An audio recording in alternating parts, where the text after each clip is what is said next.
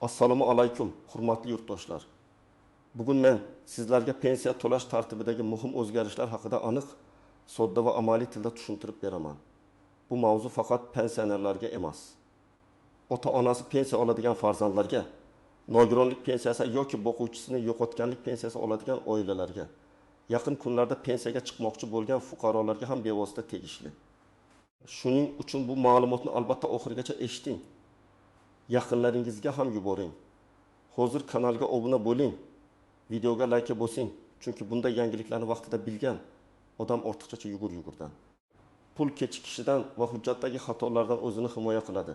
Men ko'p yillardan beri fuqarolarning pensiya, nafaqa, ish staji, plastik karta, bank orqali to'lov, ishonchnoma va hujjat masalalari bo'yicha murojaatlarini kuzatib kelaman. Eng katta muammo shundaki, odamlar pensiya tayinlangandan keyin ham to'lov tartibida qanday majburiyatlar borligini to'liq bilmaydi. Kimdir kartasini almashtiradi, lekin pensiya jamg'armasiga yoki bankka xabar bermaydi. Kimdir yashash manzilini o'zgartiradi, lekin ro'yxatdagi ma'lumot eskicha qoladi. Kimdir chet elga chiqib ketadi, lekin pensiya to'lovi bo'yicha qanday tartib amal qilishini aniqlab olmaydi. Natijada pensiya kechikadi, to'lov vaqtincha to'xtaydi yoki ortiqcha to'langan summa keyin qaytarilishi talab qilinadi. Oldin ko'pchilik pensiyani asosan naqd pul shaklida, pochta yoki mahalla orqali, ayrim hollarda bank plastik kartasi orqali olardi. Ayrim joylarda pensioner har oy pul kelishini kutardi. Ba'zan naqd pul yetkazib berish sanasi cho'zilib ketardi. Agar odam uyda bo'lmasa, pulni olish yana keyingi kunga qolardi. Bundan tashqari naqd pul bilan ishlashda hisob-kitob, qaydnoma, imzo, vakil orqali olish kabi jarayonlar ko'p bo'lgan. Bu esa ayrim holatlarda chalkashlikka sabab bo'lgan. Hozirgi tartibda esa asosiy e'tibor to'lovlarni bank tizimi orqali aniq, shaffof va tez yetkazishga qaratilmoqda. Pensiya oluvchining shaxsiy ma'lumotlari, bank hisobvarag'i, plastik kartasi, yashash manzili va huquqiy holati elektron bazalar orqali tekshiradi. Bu nimani anglatadi? Bu shuni anglatadiki, endi pensiya to'lovi faqat har oy pul keladi degan oddiy jarayon emas. Bu bank pensiya jamg'armasi, fuqarolik holati, yashash joyi, ishonchnoma va ayrim hollarda tibbiy yoki ijtimoiy ma'lumotlar bilan bog'langan tizimli jarayonga aylanmoqda. Men buni juda oddiy qilib tushuntiraman. Avval pensiya to'lovi ko'proq qog'oz hujjatlar va joylardagi amaliy tartiblarga bog'liq bo'lgan. Endi esa pensiya oluvchining ma'lumotlari elektron tizimda muntazam solishtirib boriladi. Agar bank kartasi faol bo'lsa, hisob raqam to'g'ri bo'lsa, fuqaroning hujjatlari joyida bo'lsa, pensiya odatda o'z vaqti tushadi. Agar biror ma'lumot mos kelmasa, masalan, pasport yoki ID karta ma'lumoti yangilangan, lekin tizimda eski ma'lumot qolgan bo'lsa, to'lovda kechikish bo'lishi mumkin. Ikkinchi muhim jihat, pensiya to'lovi nafaqat pensionerning o'ziga, balki uning qonuniy vakiliga yoki ishonchnoma orqali boshqa shaxsga ham berilishi mumkin. Lekin bunday holatda ishonchnomaning amal qilish muddati notarial rasmiylashtirilgani, unda aynan pensiya yoki pul mablag'larini olish vakolati ko'rsatilgani juda muhim. Otamning kartasi menda. O'zim olib yuraman degan gap amalda juda ko'p uchraydi. Lekin men bunday vaziyatda ehtiyot bo'lishni maslahat beraman. Chunki karta egasi pensionerning o'zi, karta bo'yicha javobgarlik ham uning nomida. Agar keyinchalik oilada nizo chiqsa yoki pul yechib olingani bo'yicha savol tug'ilsa, hujjatsiz harakat muammo keltirib chiqarishi mumkin. Uchinchi muhim o'zgarish.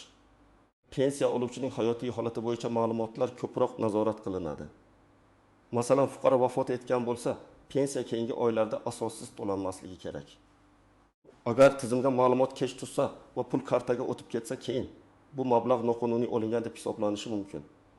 Shuning uchun men har doim oilalarga aytaman, yaqin inson vafot etsa, faqat dafn marosimi bilan band bo'lib qolmang.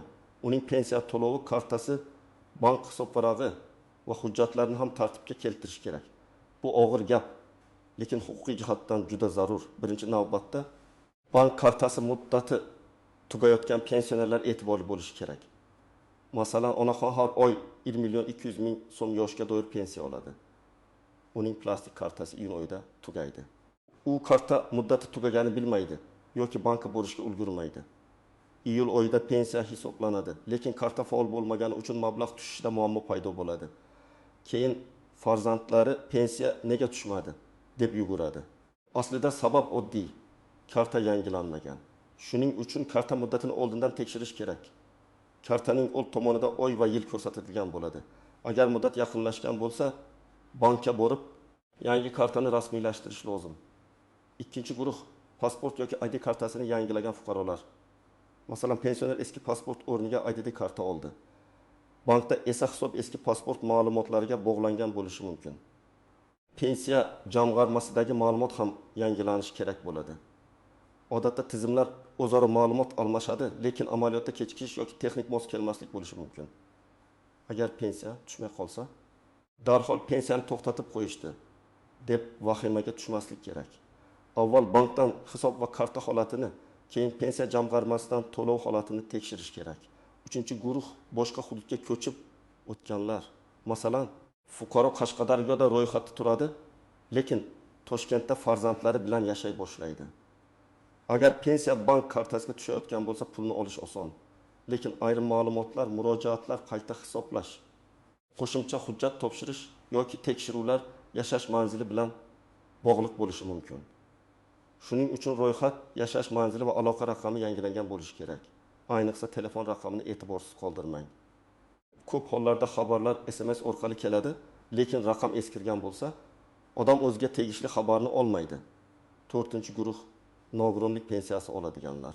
Nogironlik bo'yicha pensiya yoki nafaqa ayrim hollarda tibbiy xulosa. Nogironlik guruhi qayta ko'rik muddati bilan bog'liq bo'ladi. Agar fuqaro belgilangan muddatda tibbiy ko'rikdan o'tmasa yoki hujjat yangilanmasa, to'lov vaqtincha to'xtashi mumkin.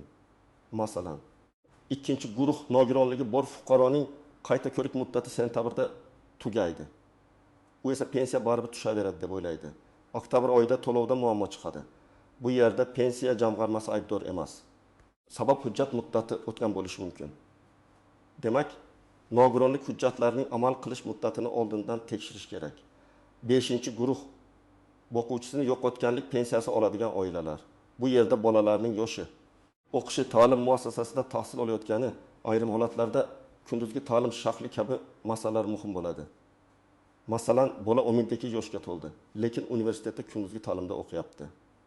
Bunday holatda hujjatlarni vaqtida topshirish kerak bo'lishi mumkin. Agar o'qish haqidagi ma'lumot o'z vaqtida tasdiqlanmasa, to'lov to'xtab qolishi ehtimoli bor. Keyin hujjat topshirilgach, qayta tiklash masalasi ko'riladi. Lekin bu vaqt asab va qo'shimcha murojaat degani. Agar sizning pensiyangiz bank kartangizga muntazam tushayotgan bo'lsa, kartangiz faol bo'lsa, pasport yoki ID karta ma'lumotlaringiz to'g'ri bo'lsa, yashash manzilingizda jiddiy o'zgarish bo'lmagan bo'lsa, hujjatlaringiz muddat o'tmagan bo'lsa, ortiqcha xavotirga o'rin yo'q. Lekin bu umuman tekshirmasa ham bo'ladi degani emas. Men har bir pensionerga yoki uning farzandlariga kamida 3 narsani tekshirishni tavsiya qilaman. Karta muddati, telefon raqami va pensiya jamg'armasidagi shaxsiy ma'lumotlar. Bu 3 ta narsa joyida bo'lsa, ko'p muammolarning oldi olinadi. Masalan, otaxon har oy 2 million so'm pensiya oladi. Karta muddati 2027 yilgacha, telefon raqami o'z nomida, ID karta ma'lumoti bankda yangilangan, yashash manzili o'zgarmagan. Bunday odam odatda faqat o'z vaqtida SMS kelishini, kartaga pul tushishini kuzatib borsa yetarli. Lekin shunda ham agar bir oy pensiya odatdagi sanadan 2 yoki 3 kun kechiksa, avval bank ilovasi. Bankomat yoki bank filialidan hisob holatini tekshirish kerak. Ba'zan muammo pensiya jamg'armasida emas, bank tizimidagi texnik ishlarda bo'lishi mumkin. Birinchi misol, Gulchehra opa 64 yoshda pensiyasini plastik kartaga oladi. U kartasini farzandiga berib qo'ygan. O'zi esa karta muddati qachon tugashini bilmaydi. Bir kun pensiya tushmaydi. Farzandi bankka boradi, bank karta muddati tugaganini aytadi. Yangi karta chiqariladi. Lekin bu jarayon bir necha kun vaqt oladi. Gulchehra opa shu kunlarda dori olishga qiynaladi. Bunday vaziyatning oldini olish juda oson edi. Karta muddati tugashidan bir oy oldin bankka murojaat qilish kerak edi. Ikkinchi misol. Rustam aka pensiyaga chiqish arafasida. U 25 yil bir joyda, 8 yil boshqa korxonada ishlagan. Pensiya hisoblashda ish staji va ish haqi ma'lumotlari kerak bo'ladi. Eski korxona yopilgan arxivdan ma'lumot olish kerak. Agar Rustam aka hujjatlarni oldindan yig'masa, pensiya tayinlash jarayoni cho'zilishi mumkin. Shuning uchun pensiyaga chiqish yoshiga yaqinlashgan odam kamida 6 oy oldin mehnat daftarchasi, ish staji, arxiv ma'lumotlari, harbiy xizmat bo'lsa, tegishli hujjat farzandlar, bolalar parvarishi bilan bog'liq davrlar bo'lsa, tasdiqlovchi hujjatlarni tekshirtirib olish kerak. Uchinchi misol, bir oila boquvchisini yo'qotganlik pensiyasi oladi. Farzand 22 yoshga to'ladi va kollejdan universitetga o'tadi. Oila davlat biladi-ku, bola o'qiyapti deb o'ylaydi. Lekin ayrim holatlarda ta'lim haqidagi ma'lumot tasdiqlash talab qilinadi. Hujjat vaqtida taqdim qilinmagani uchun to'lov vaqtincha to'xtaydi. Keyin universitetdan ma'lumotnoma olinadi, murojaat qilinadi. To'lov qayta ko'rib chiqiladi. Demak, bolaning yoshi va o'qish holati o'zgarganda kutib o'tirmasdan tegishli tashkilotga murojaat qilish kerak. 4-misol. Nogironlik pensiyasi oluvchi fuqaroning tibbiy ko'rik muddati tugaydi. U sog'lig'i sababli bora olmaydi. Oilasi ham bu masalani nazorat qilmaydi. Keyingi oyda pul tushmaydi. Keyin hamma joyga shoshilinch murojaat boshlanadi. Agar oldindan tibbiy ko'rik sanasi aniqlanib, zarur hujjatlar tayyorlanganda to'lovda uzilish bo'lmasdi. Bu ayniqsa dori-darmon xarajati katta bo'lgan oilalar uchun juda muhim. Endi ko'pchilik e'tibor bermaydigan nozik masalalarni aytaman. Birinchi nozik jihat pensiya kartaga tushgani bilan bu mablag'ni kim ishlatayotgani huquqiy jihatdan ahamiyatli bo'lishi mumkin. Agar pensioner o'zi sog'lom, o'z huquqini amalga oshira oladigan bo'lsa, kartani boshqa odamga butunlay topshirib qo'yishi xavfli. Farzand yordam berishi mumkin, lekin imkon qadar pul yechish, xarajat qilish va saqlash masalalari pensionerning roziligi bilan bo'lishi kerak. Agar pensioner yotib qolgan, harakatlana olmaydigan bo'lsa, ishonchnoma rasmiylashtirish eng to'g'ri yo'l. Ikkinchi nozik jihat. Ishonchnomaning muddati. Ko'p odamlar bir marta ishonchnoma qildim, endi doim o'tadi deb o'ylaydi. Aslida ishonchnomaning amal qilish muddati bor. Unda vakolatlar aniq yozilgan bo'lishi kerak. Faqat ishlarni yuritish degan umumiy jumla ba'zi holatlarda yetarli bo'lmasligi mumkin. Pensiya, nafaqa, bank hisobvarag'i, pul mablag'larini olish kabi vakolatlar aniq ko'rsatilgani yaxshi. Ishonchnoma muddati tugasa, bank yoki tashkilot pul berishni rad etishi mumkin. Uchinchi nozik jihat chet elga chiqish. Agar pensioner vaqtincha chet elga ketsa, kartasiga pul tushishi mumkin. Lekin bank kartasidan foydalanish, SMS tasdiqlash, karta bloklanishi, telefon raqami ishlamasligi kabi texnik masalalar chiqadi. Agar odam uzoq muddatga ketayotgan bo'lsa, oldindan bank bilan gaplashib, karta xalqaro ishlaydimi, ilovaga kirish mumkinmi, telefon raqami faol qoladimi? Ishonchli vakil kerakmi? Shularni aniqlash kerak. Aks holda pensiya tushib turgan bo'lsa ham puldan foydalanish qiyinlashadi. 4-nozik jihat ortiqcha to'lov. Ba'zida odamlar davlat o'zi o'tkazgan pulni qaytarib so'ramaydi deb o'ylaydi. Bu noto'g'ri. Agar pensiya noto'g'ri ma'lumot, kech xabar berish yoki hujjatdagi o'zgarish yashirilgani sabab ortiqcha to'langan bo'lsa, keyin uni qaytarish masalasi qo'yilishi mumkin. Masalan, nafaqa olish huquqi tugagan, lekin oila bu haqda xabar bermagan. Bir necha oy pul tushgan.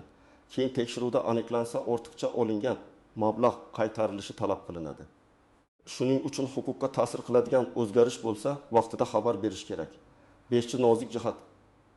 Bankdagi qarzdorlik va karta bilan bog'liq cheklovlar. Ayrim fuqarolarda kredit, aliment, sud qarori yoki boshqa majburiyatlar bo'lishi mumkin. Bunday holatda hisob raqamga kelgan mablag'lar bo'yicha cheklovlar yuzaga kelishi ehtimoli bor. Pensiya ijtimoiy ahamiyatga ega to'lov bo'lsa-da, har bir holat alohida ko'riladi. Agar kartaga pul tushib, lekin yechib bo'lmasa, darhol bankdan yozma yoki rasmiy tushuntirish so'rash kerak. Faqat og'zaki gap bilan cheklanib qolmang. Endi men aniq qadamlarni aytaman. Birinchi qadam, kartangizni tekshiring. Karta muddati qachongacha amal qilishini ko'ring. Agar muddat tugashiga 1 yoki 2 oy qolgan bo'lsa, bankka boring. O'zingiz bilan ID karta yoki pasportni oling. Agar pensioner o'zi bora olmasa, bankdan vakil orqali rasmiylashtirish tartibini so'rang yoki notarial ishonchnoma masalasini hal qiling. Ikkinchi qadam, telefon raqamingizni tekshiring. Pensiya, bank, SMS xabarlar. Tasdiqlash kodlari ko'pincha telefon raqamga bog'langan.